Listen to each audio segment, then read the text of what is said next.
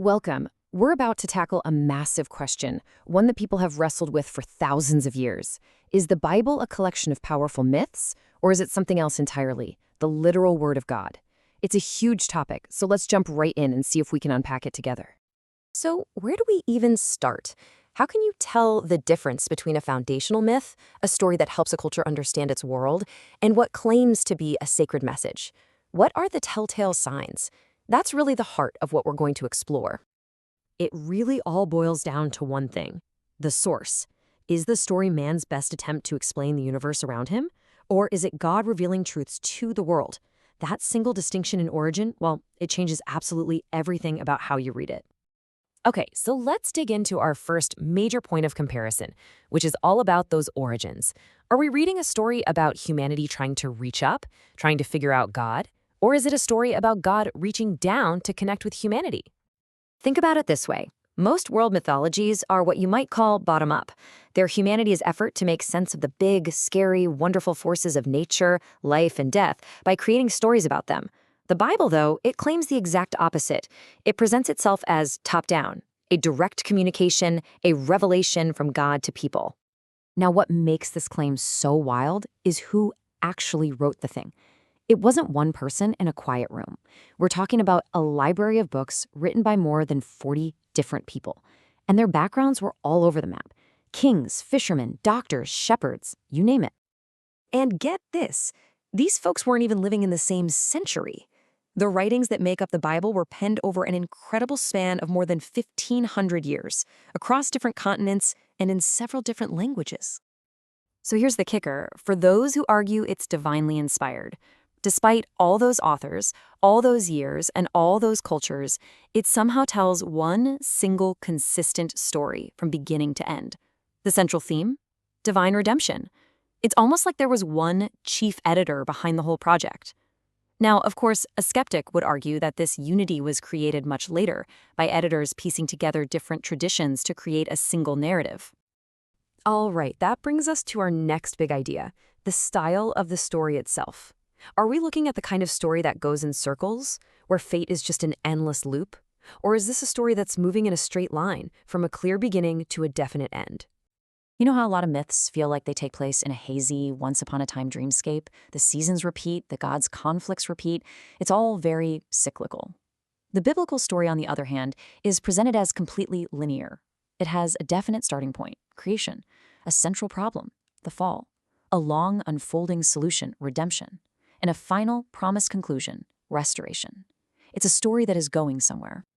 And here's something else that's just odd.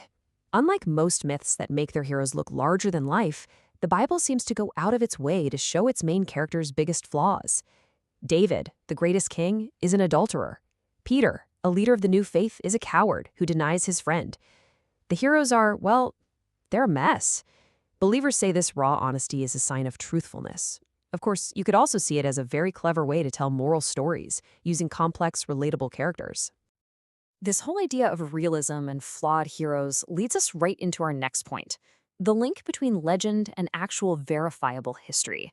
Are we dealing with a floating fairy tale or an account that's bolted to the ground in the real world? We all know the classic opening, right? Long, long ago in a faraway land. The whole point of that is to lift the story out of our world, to put it somewhere beyond the reach of maps and calendars. But the Bible does the exact opposite. It constantly plants its narrative in real-world places and times.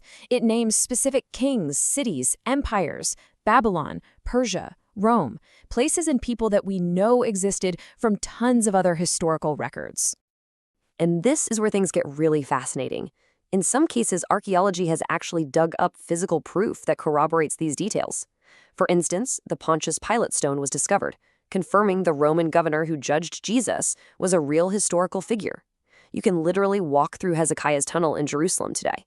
Now, it's super important to say, while these finds can confirm a historical setting, they can't prove a miracle or a theological claim. And that brings us to our last and maybe the most personal point of comparison. What is the effect of this book? Is it just a collection of good stories that inspire us, or does it claim to be something more, a force that can actually change a person's life? Look, a powerful myth can absolutely inspire incredible art and shape cultures, no question. But the Bible makes a much, much bolder claim. It claims that the words on its pages have the power to fundamentally transform a human being from the inside out.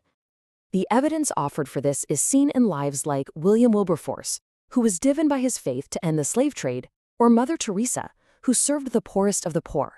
And beyond the famous names, there are millions of ordinary people who will tell you this book was the catalyst that helped them overcome addiction, find hope in despair, or completely change their life's direction.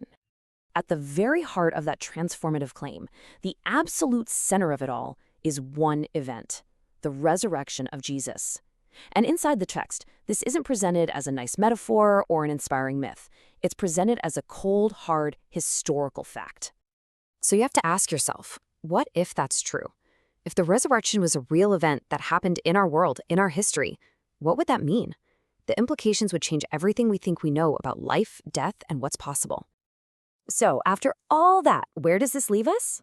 Well, the goal here wasn't to give you the answer. It was to lay out the arguments. In the end, the book doesn't present itself as a puzzle to be solved, but more like an invitation to come and see for yourself. There's a quote that I think sums up the divine word argument perfectly. It says, "The Bible is not the story of man seeking God, but the record of God seeking man." It completely flips the script on what the book is even about. And that leaves us with one last provocative question, one the book seems to be asking its readers. What if this isn't just an ancient collection of myths and history? What if its central claim is true, and it's actually something far more personal, like a letter, addressed specifically to you, just waiting to be opened?